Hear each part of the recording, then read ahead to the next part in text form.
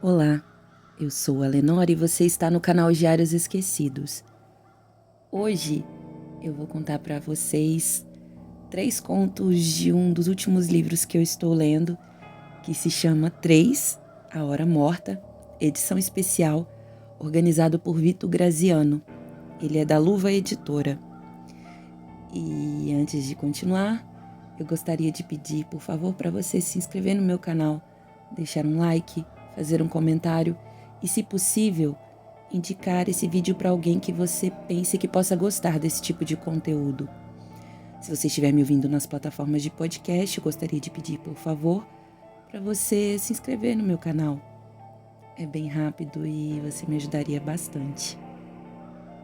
Lembrando que todas as informações sobre a fonte, link para comprar, estarão na descrição do vídeo ou áudio. E eu gostaria de pedir para vocês para comprarem, a obra e dessa forma valorizarem os autores e as editoras independentes aqui brasileiras, que tem muita coisa boa. Bem, vamos lá? Depois das 3, por César Bravo. Um raio iluminou o céu e refletiu seu brilho sobre a cruz dourada da catedral. Embaixo do teto externo, povoado por afrescos angelicais, uma mulher sentada nas escadas dava mais um trago em seu cigarro e lamentava a chuva que castigava os pedestres desde as 7 da noite.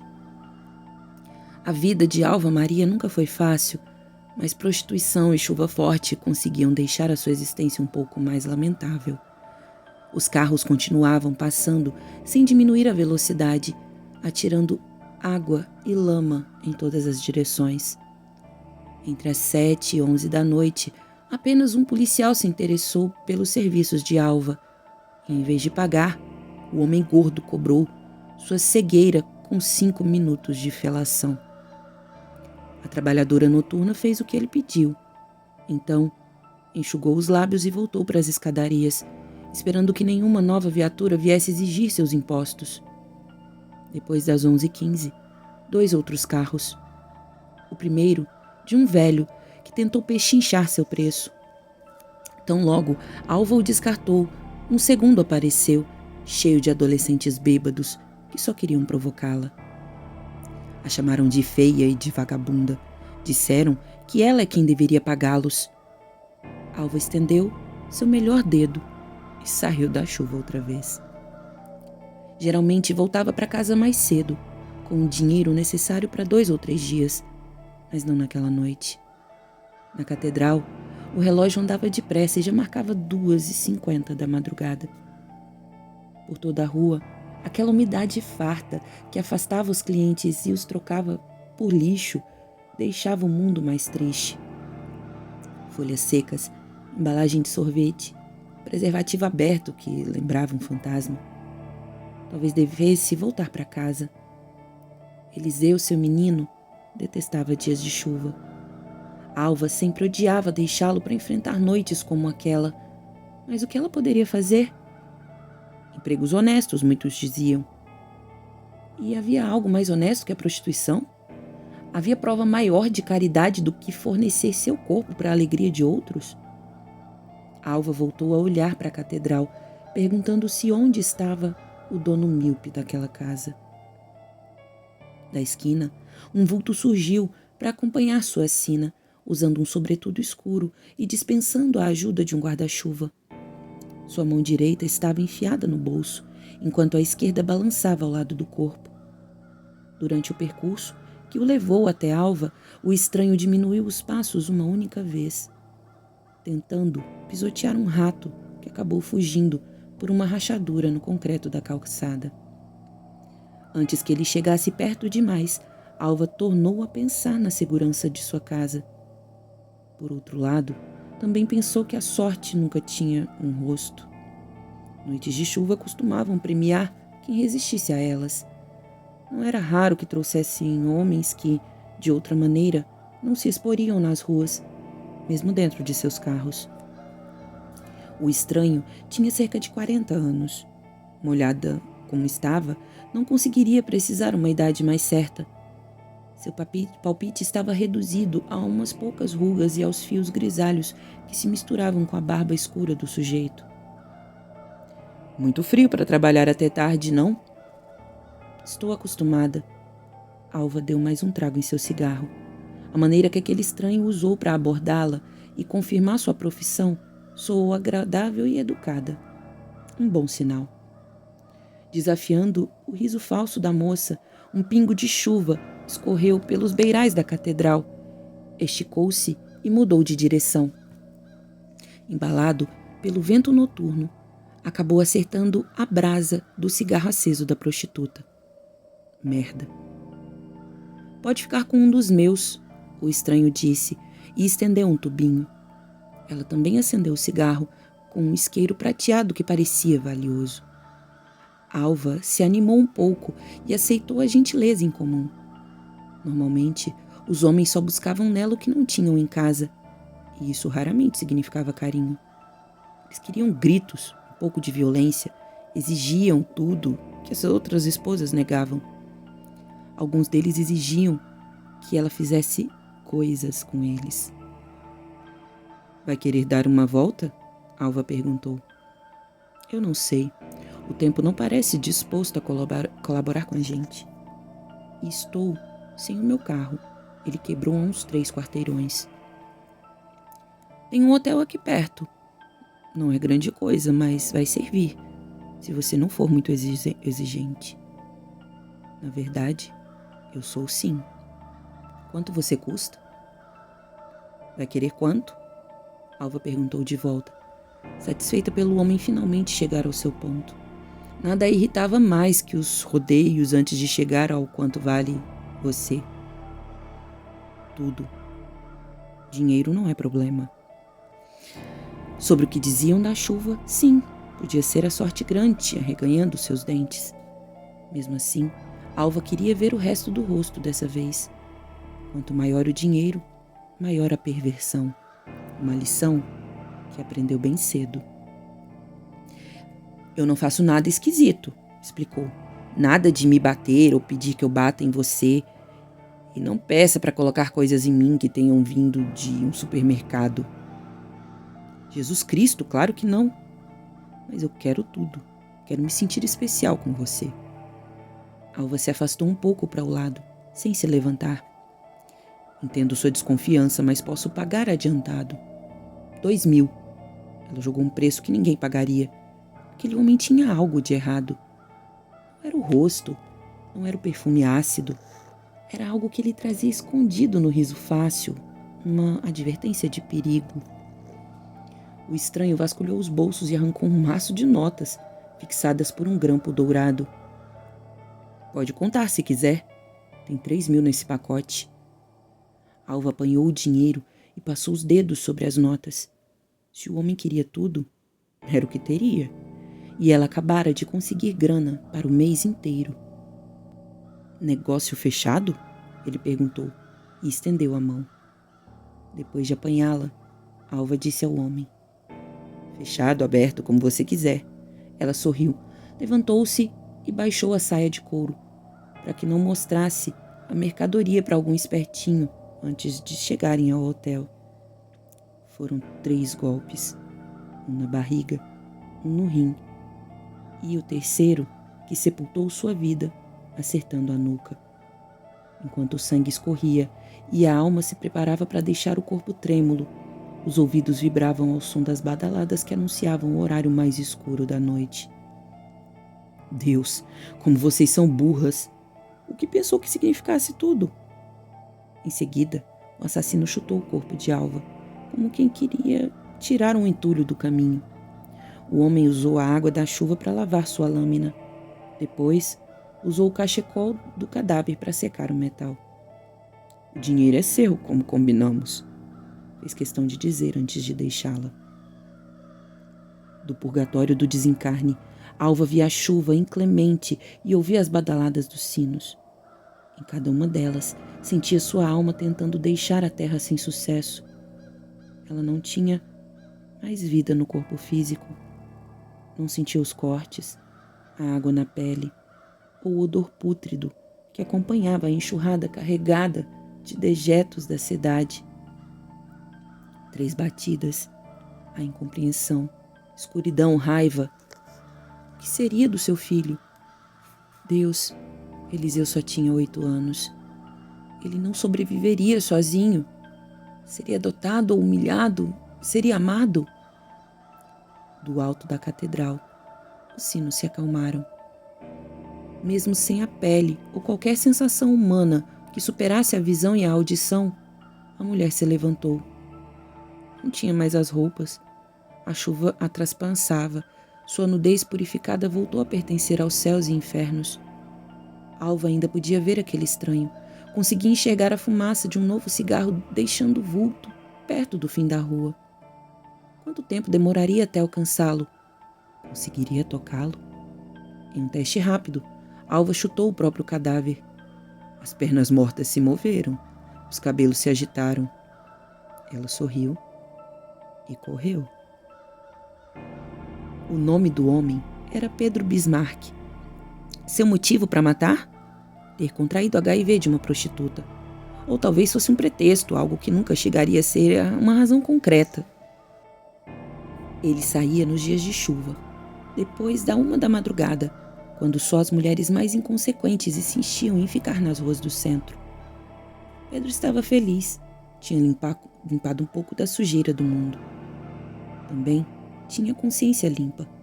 Afinal, ele pagou o que devia, exatamente como combinado.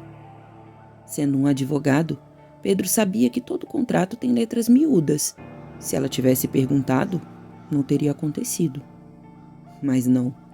Como toda garota daquela área, ela só pensava no dinheiro, ignorando que poderia enganar outro idiota e infectá-lo com suas doenças. Pedro caminhou mais um pouco e dispensou o cigarro. Estava à frente de uma loja chinesa, onde a estátua de um dragão estendia a sua língua perfilada a ele. O corpo banhado pelos neons vermelhos, a alma um pouco mais leve depois daquele cigarro. Alguém vinha chegando às suas costas. Pedro não viu diretamente, mas se interessou quando um cão que se albergava na marquise do mesmo comércio começou a rosnar. Em vez de sentir medo, Pedro ficou maravilhado. No espectro que se aproximava, as gotas contornavam o corpo, resvalavam no invisível como se aquela imagem fosse uma escultura de gelo. Os seios, a cintura afilada, as pernas bem torneadas. Com um pouco de esforço, Pedro conseguiu ver a região pubiana, onde a água se enroscava e demorava mais a escorrer e cair. O que é você? Ele sacou a lâmina. Talvez não fosse ruim, apenas uma alma perdida, mas Pedro também pensou naquele horário. Como muitos, ele também ouvira dizer que 3 da madrugada é o horário mais perigoso do relógio. Quero seu preço, a voz disse. Não parecia irritada ou algo assim. A Pedro lembrava a candura de sua mãe. Se afaste de mim, ele disse e estocou o canivete. Presenciou uma cascata úmida deslizando sobre o aspecto invisível, mas vitrificado, irreconhecível e solúvel, tal qual o ar. Pedro girou o corpo em todas as direções. O cachorro começou a latir e correu, desaparecendo na esquina. Seu preço? A voz insistiu. Não era mais Alva, não mais a prostituta. Tudo o que aquela abominação tinha de vida era sua alma materna ofendida. Mesmo assim, Pedro reconheceu sua origem. Era ela. Ciente que enfrentava um perigo que não compreendia, Pedro correu pelas ruas. Sem diminuir a velocidade, ele continuava olhando para trás, onde via pequenas poças explodirem como se estivessem sendo pisadas por aquela coisa. Pedro correu mais um pouco, sem saber exatamente para onde ir. Já estava bem perto de uma agência bancária quando sentiu um golpe arruinar sua perna direita. A pancada seca, bem colocada pela frente, girou tendões e músculos ao contrário. Me deixe em paz! Você não pode viver, não está certo! Gritou quando finalmente adquiriu coragem para verbalizar a identidade daquele corpo. Seu preço? A voz suave insistiu. Não, eu não estou negociando. Nesse caso, terei que matá-lo. Pedro se abaixou e checou o joelho. A ponta do osso esbarrava e eriçava o jeans ensanguentado. Talvez fosse melhor repensar aquela negociação. Por favor, me matar não vai trazer você de volta. Podemos tentar um acordo, tá bom? Mas não vai conseguir nada de mim se me matar. Antes da resposta, a alma escurecida pela ira mergulhou os dedos na carne do pescoço do assassino. Então a puxou para cima, arrancando um filete de carne e cabelos. Pedro gritou e gritou um pouco mais ao ver aquele pedaço dele sendo dispensado como lixo nas águas turvas da enxurrada que corria pela calçada. Ainda quer negociar? A voz perguntou. À frente deles, os vidros da agência bancária começaram a embaçar. Pedro também sentia aquele frio, experimentava a temperatura obscena do que o mundo esconde dos olhos. Não me mate, eu faço o que você quiser, tudo o que quiser. Por um breve instante, o eixo do mundo pareceu restaurado. Os vidros perderam o embaçado, a chuva diminuiu, não havia contornos humanos pela calçada. Pedro tornou a se levantar, escorando-se no corrimão que margeava o caminho até os caixas eletrônicos. Então, ele sentiu algo novo, uma pressão na coluna. Depois do grito, o assassino caiu sobre as próprias pernas. Tentou movê-las, ameaçou tocá-las, mas a dor naquele ponto da coluna não o permitiu ir tão longe. Precisa confiar em mim, eu dou o que você quiser, gritou. Você não entende, eu quero viver. Eu mato vagabundas como você porque sua raça me condenou à morte. Não, você está vivo. O que você quer? Deus do céu, você me aleijou. Só existe uma maneira de continuar vivo, benzinho. E quero saber se está disposto a continuar. Eu faço tudo, qualquer coisa, mas não me mate. Por todos os lados, Pedro ouvia gemidos e sussurros, via frações úmidas resvalando sobre aquela plataforma invisível e, de alguma maneira, humana. De agora em diante, você trabalha para mim. 2.000 por semana, sempre aqui, sempre depois das 3. Se você não aparecer, vai acordar destruído. Se você se atrasar, seus braços ficarão mais inúteis que suas pernas. Eu posso transformar você em um cotoco falante. Por quê? Você morreu. O que vai fazer com o dinheiro? O que vai ganhar com isso? A voz carregada de chuva sorriu. Pedro sentiu um novo ardor em sua nuca. Implorou para que não perdesse mais um pedaço de pele. Usando os braços, conseguiu se afastar e arrastar para a marquise da agência bancária. Não que fosse conseguir se afastar da voz e de seu novo argumento. Você agora é meu, papai. Vagabundas não perguntam, não sentem e não negam nada quando o pagamento é justo. Sobre o asfalto úmido, Pedro notava um maço de notas úmidas se afastando em direção à catedral. A coisa que segurava o dinheiro assoviava e parecia saltar sobre as poças. Parecia ter feito um ótimo negócio. Fim da primeira história. História 2. A Assombração do Poço Rico, por Morgana Alessandra. Eu nasci e cresci no bairro Poço Rico, em Juiz de Fora. A casa era da minha bisavó, mas foi deixada para minha mãe como herança. Em frente havia uma praça onde brincávamos durante a infância, bem próximo ao cemitério municipal, onde a maior parte dos mortos locais eram enterrados, inclusive meus bisavós. Desde pequena, ouvia ruídos e via vultos pela casa, mas nunca me amedrontei. Os gatos miavam à noite e minha mãe sempre dizia que toda vez que o trem passava, meu bisavô falecido nos fazia companhia, com saudades do tempo que trabalhava na Central do Brasil. Mesmo sendo uma casa estranha, nunca senti medo real de assombrações, embora minhas colegas sempre a evitassem devido às histórias e proximidade do cemitério. Essas colegas estudavam comigo no colégio jesuítas. Contudo, Mesmo que evitassem o cemitério, ou até mesmo a minha casa, elas jamais estariam preparadas para o que vivenciei no último ano escolar. Já estávamos no terceiro ano do ensino médio, preparo para o vestibular, e uma amiga de sala ganhou um tabuleiro Ouija de uma tia que veio dos Estados Unidos. Apesar das minhas experiências em casa, eu nunca havia visto nenhuma assombração. Então, chamei mais 2 amigas e combinamos de jogar na sexta-noite, em minha casa.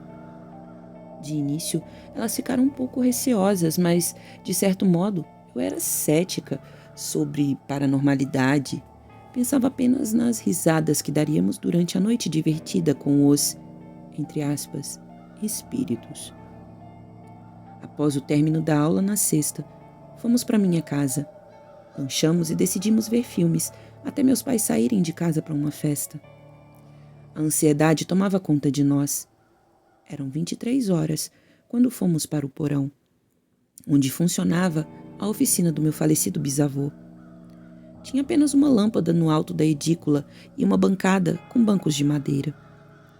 Limpamos a mesa e cada uma pegou um banco para si.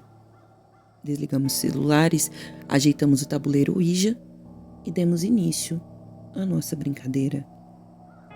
Fizemos algumas perguntas sem resposta, até que perguntamos se morava alguém no cemitério e obtivemos o nosso primeiro sim. A próxima pergunta foi se tinha algum espírito ali. Novamente, com resposta afirmativa. Então a Vivi, minha amiga mais zoeira, pediu para o espírito para ligar no seu celular. O tabuleiro ficou imóvel e nós todas caladas. Para animar a brincadeira, sugeri que disséssemos o número do telefone dela em voz alta. Fizemos isso e não demorou nem 10 segundos depois do último dígito para o telefone dela tocar. Arregalamos os olhos e fomos conferir o celular que estava desligado. Nós o ligamos novamente. Vimos que ele tinha uma única chamada perdida, de número desconhecido. Ficamos apavoradas, pois o telefone tocou desligado. Voltamos a atenção ao tabuleiro e perguntamos qual o nome da entidade. E aos poucos, as letras foram sendo marcadas, completando o nome Joaquina. Nós nos olhamos, ficamos com medo de continuar e nos despedimos dos espíritos com um assopro, terminando o jogo. A noite que prometia risadas aos poucos abria espaço para o desespero. Sem conseguir dormir, ligamos os nossos celulares e alguns contatos da Vivi disseram haver recebido várias mensagens com o texto: "Meu nome é Joaquina". Não preciso nem dizer que ficamos ainda mais apavoradas. Mesmo assim, decidimos que o melhor seria não contar a ninguém. Aquele seria o nosso segredo. As noites subsequentes, sozinha, tornaram-se um verdadeiro martírio. Quando eu menos esperava, começou com a sensação de que estava sendo vigiada e, cortando a madrugada, apenas a pancada do baque vazio das portas que fechavam sozinhas.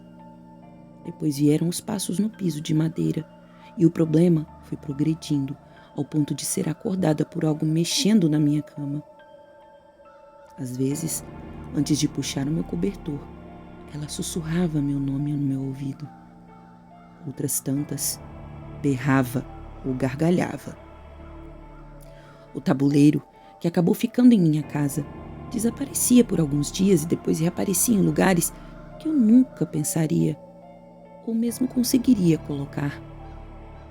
Tormento constante que a cada dia me deixava mais apavorada, até que, numa malfadada noite, olhei o relógio e eram 3h15. Então, pela primeira vez, dei de cara com um vulto no canto do quarto, parecida com a silhueta de uma mulher, me observando. A noite seguinte foi ainda pior. Acordei com seu rosto, de pele descamada junto ao meu. Seus dedos esqueléticos, porém intangíveis, tentavam alcançar meus braços. A partir desse encontro, passei a sonhar repetidas vezes com uma jovem aos prantos. Ela nunca me respondeu, apenas chorava Então, resolvi procurar mais informações sobre a tal Joaquina com os idosos da cidade. Descobri que ela realmente havia existido e era minha vizinha. Seu paradeiro não era certo, mas especulavam que havia sido assassinada há décadas pelo marido, logo após o casamento. Já outros diziam também que a casa de Joaquina havia sido demolida para a construção de um prédio, mas que seu corpo nunca fora encontrado. Vocês podem perceber que a solução foi pior que as dúvidas. Como eu não dormia direito mais, decidi tomar providências e contei tudo aos meus pais. Apesar de receosos, no dia seguinte chamaram o pároco local para abençoar a casa e desde aquele dia cessaram as visitas noturnas. Eu não me importo se não acreditarem em mim ou não, apenas sei que usamos o tabuleiro e isso deixou essa energia na minha casa. Minha bisa já dizia que não devemos brincar com os mortos, pois eles certamente voltam para nos assombrar. E hoje, por mais que Joaquina não apareça, sinto que ela espera apenas um sinal para voltar. Sinto que me espreita, pronta para continuar a nossa conversa. Fim da segunda história. Terceira e última história do livro 3, A Hora Morta. Eu Não Quero Morrer, por Lisa Holloway. Hoje me bateu um desespero. Por incrível que pareça, isso nunca aconteceu comigo. Sempre ouvi passos pela casa e sempre os ignorei, porque ela sempre me ignorou. Mas hoje, justamente hoje, sexta-feira 13, ela resolveu aparecer. Quando eu digo aparecer, é aparecer mesmo. Hoje vi sua face e te juro, pela primeira vez, roguei a Deus e a todos os santos, depois de muito tempo. Não espero que vocês acreditem no que estão lendo. Eu nem sei se estou escrevendo isso, mas imagine estar escrevendo ou falando, sei lá. Acho que para espantar o medo. Um medo que nunca senti antes. Devo estar conversando com meu inconsciente. Já devo estar ficando louca. Minha sanidade deve estar abalada. Nem sei se isso é real. Era nisso que queria acreditar, que nada é real. Só que querer não é poder. Enfim, já que é para contar o que está acontecendo, então vamos começar do começo. Alguns dizem que é dom o que eu tenho, mas acredite, se eles vissem o que vejo, não diriam isso. Ver os mortos não é legal, nem bonitinho. Eu tenho um, entre aspas, pé na senzala. Era assim que minha avó por parte de mãe dizia. Sou espírita e às vezes sinto e vejo coisas que não me agradam, principalmente em lugares onde pessoas faleceram antes da hora, como é o caso do lugar onde moro. Esse ano faz exatamente 42 anos que minha tia se matou no banheiro. Confesso, até hoje, que não acredito na história que a mãe do meu pai contava sobre o que aconteceu, ou em como aconteceu. Minha tia estava com 13 anos na época. Era uma moça calada, que andava sempre de cabeça baixa. Gostava de escrever poesia. Uma boa filha. Ninguém nunca iria imaginar que pudesse fazer isso, tirar a própria vida. Porém, o que me faz desacreditar na história é o fato de que minha avó disse que ela gritou: "Pai, eu não quero morrer." Uma pessoa que está prestes a cometer suicídio não fala isso. Outra coisa curiosa é que a arma que meu avô encontrou no banheiro junto ao corpo dela era uma garrucha enferrujada que meu pai usava para brincar na rua com seus colegas. Não encontraram impressões digitais na arma. História estranha. Meu avô pediu socorro para um vizinho, que negou ajuda porque ela estava sangrando e ele não queria sujar o carro de sangue. Meus avós não tinham telefone em casa. Minha avó teve que ir atrás de uma ambulância e, na época, aqui era complicado encontrar ajuda. A estrada era de terra e era noite, quando minha avó conseguiu socorro. Já era tarde.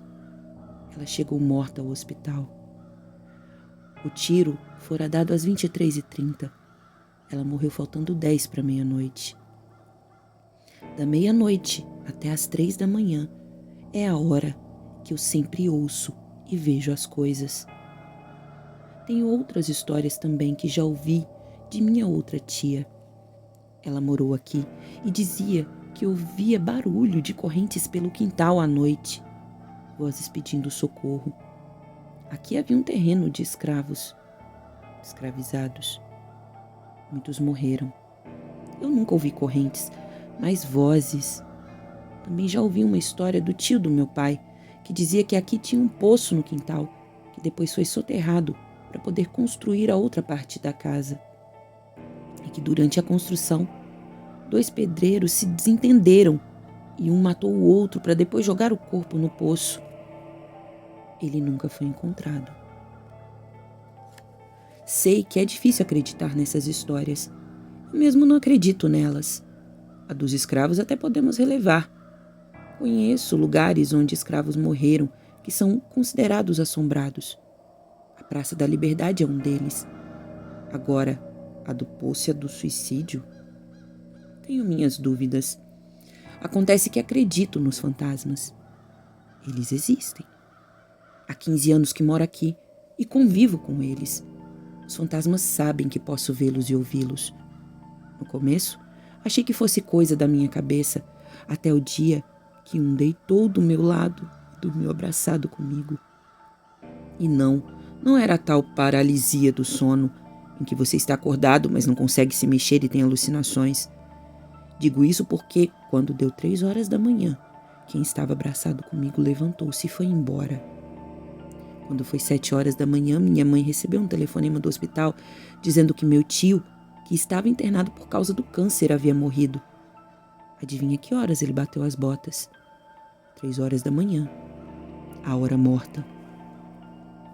Foi aí que as coisas começaram a piorar. Sussurros, vozes, até tapa na cara eu já levei. Esse dia fiquei nervosa. Levantei da cama e mandei o que quer que fosse para o inferno. Minha irmã ficou assustada e achou que eu era louca. Disse para que eu parasse de ver filmes de terror.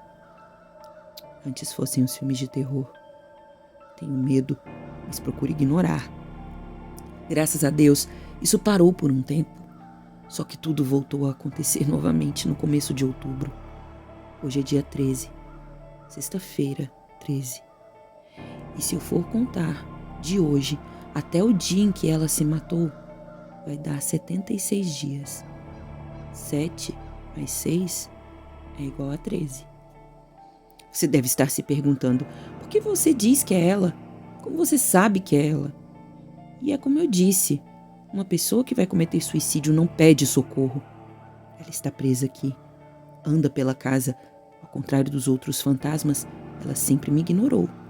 Só que hoje, logo hoje, ela resolveu me notar. Resolveu dizer quem a matou. Resolveu revelar o que aconteceu realmente.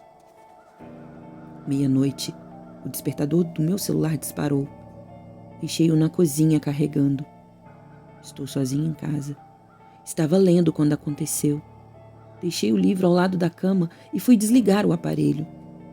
Assim que me levantei, vi a porta do banheiro abrir. Ela estava de frente para minha cama. Respirei fundo, fui até a porta e fechei. Depois fui para a cozinha. Peguei o celular e desliguei. Aí foi que me toquei que o despertador estava programado para 6 da manhã e não meia-noite. Senti um frio na espinha. Meu velho dizia que quando isso acontece, a coisa tá feia. Deixei o celular em cima da mesa e comecei a rezar baixinho enquanto voltava para o quarto. Só que toda vez que chegava no Ave Maria, eu esquecia o resto da reza. Quando cheguei à minha cama, evitei olhar para a porta do banheiro. Deitei de costas para a porta que dava para a cozinha. Assim que fechei os olhos, senti alguém sentar na minha cama e passar a mão nos meus pés. Meu coração disparou. Lembrei de outra coisa que minha avó falava. Na hora do medo, rezar o crer em Deus Pai. Foi o que fiz. Só que na hora que cheguei na parte, foi crucificado, morto e sepultado, desceu à mansão dos mortos. A porta do banheiro abriu abruptamente. Sei lá, acho que por impulso abri os olhos e quando olhei, lá estava ela. cabelos compridos e pretos, caídos sobre o ombro. Sua face não tinha uma face. Ela esticou seus braços em minha direção e gritou: "Eu não quero morrer." Observação: essa história é baseada em fatos reais. Minha tia realmente cometeu suicídio no banheiro de minha casa. Ela se chamava Roseli Azevedo. Nasceu em 6 de fevereiro de 1962 e morreu em 27 de dezembro de 1975. Fim da terceira e última história. Bem, eu espero que vocês tenham gostado e é isso.